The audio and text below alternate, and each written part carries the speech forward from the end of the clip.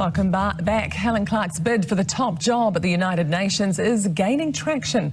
Some international polls put our former Prime Minister in the lead, while many here think she's already a winner. Ryan Boswell has more. I saw a little bit of the debate on the news the other night. Helen Clark is back in the headlines. This is a critical job. And her performance on the world stage has many of us brimming with pride. I saw that great YouTube video clip of her the other day. Did you see that? Yeah. I love Auntie Helen. That's awesome. It's awesome. Our former Prime Minister was a clear standout in the first TV debate to become the Secretary-General of the United Nations. Some already convinced. And I'm going to address you as Secretary-General, Clark, so... A few polls suggest Helen Clark is now the front runner, and this body language expert can see why. So it's a really good balance of action and connection, which, you know, is pretty rare, and it's a very, very good leadership qualities that really make us want to take her seriously, but also sort of really feel a connection with her. My country belongs to a grouping for electoral purposes at the UN called Western Europe and Others Group. I'm from the others. So, what does Clark's body language and speech tell you? Well, she's a real master of communication, and what she uses her tone so it goes quite deep, but not too deep that it's very masculine.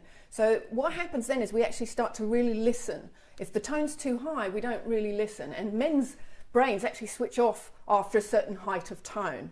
So it's really, really important that she actually lowers her tone. My little country is from the South Pacific, and it's never had a Secretary-General either. Okay, so what she does here is really great, and not something that's actually that common. So what's she doing? Okay, she's got her left side lifted up, and left side is your emotional side, so it means you're listening. When the right side's lifting up, it's more action, because it's the right left side of the brain. So she shows really clearly that she's actually listening, and then she takes a big side to actually consider what's been said and responding to it rather than just a rehearsed speech. My country belongs to a grouping for electoral purposes. Right, so here with the body language it's perfect. So she goes from listening with the left side up, and then she stands upright and says, my country, like it's her country, which is very powerful. So she goes from warmth of listening to, you know, my country, power, leadership. She also uses very good leadership body language with her hand gestures.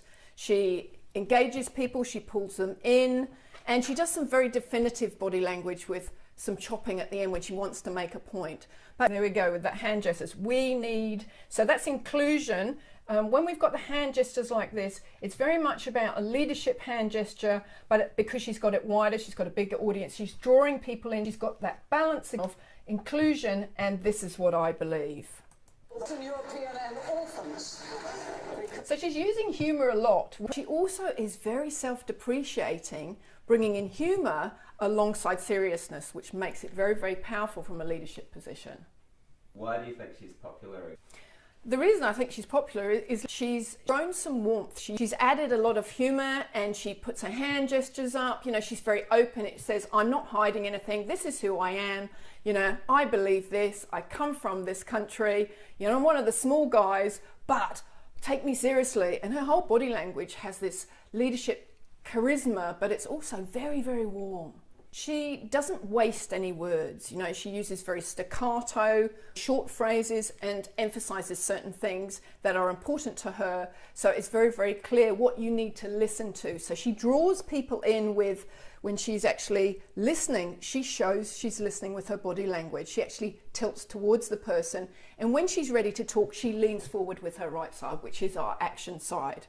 The reason she's so good is literally she creates a balance. She creates a connection with warmth, she uses humour, self-depreciation, but then she comes in with much more powerful body language, stands upright and makes very definitive gestures, which says, take me seriously. So it's a really good balance of warmth and leadership presence, which is, you know, the best thing you can possibly have with leadership because it gets buy-in and it really influences people. And while Helen Clark clearly has New Zealand's support, the bigger challenge will be convincing the world that she's the best person for the job. Ryan Boswell, One News.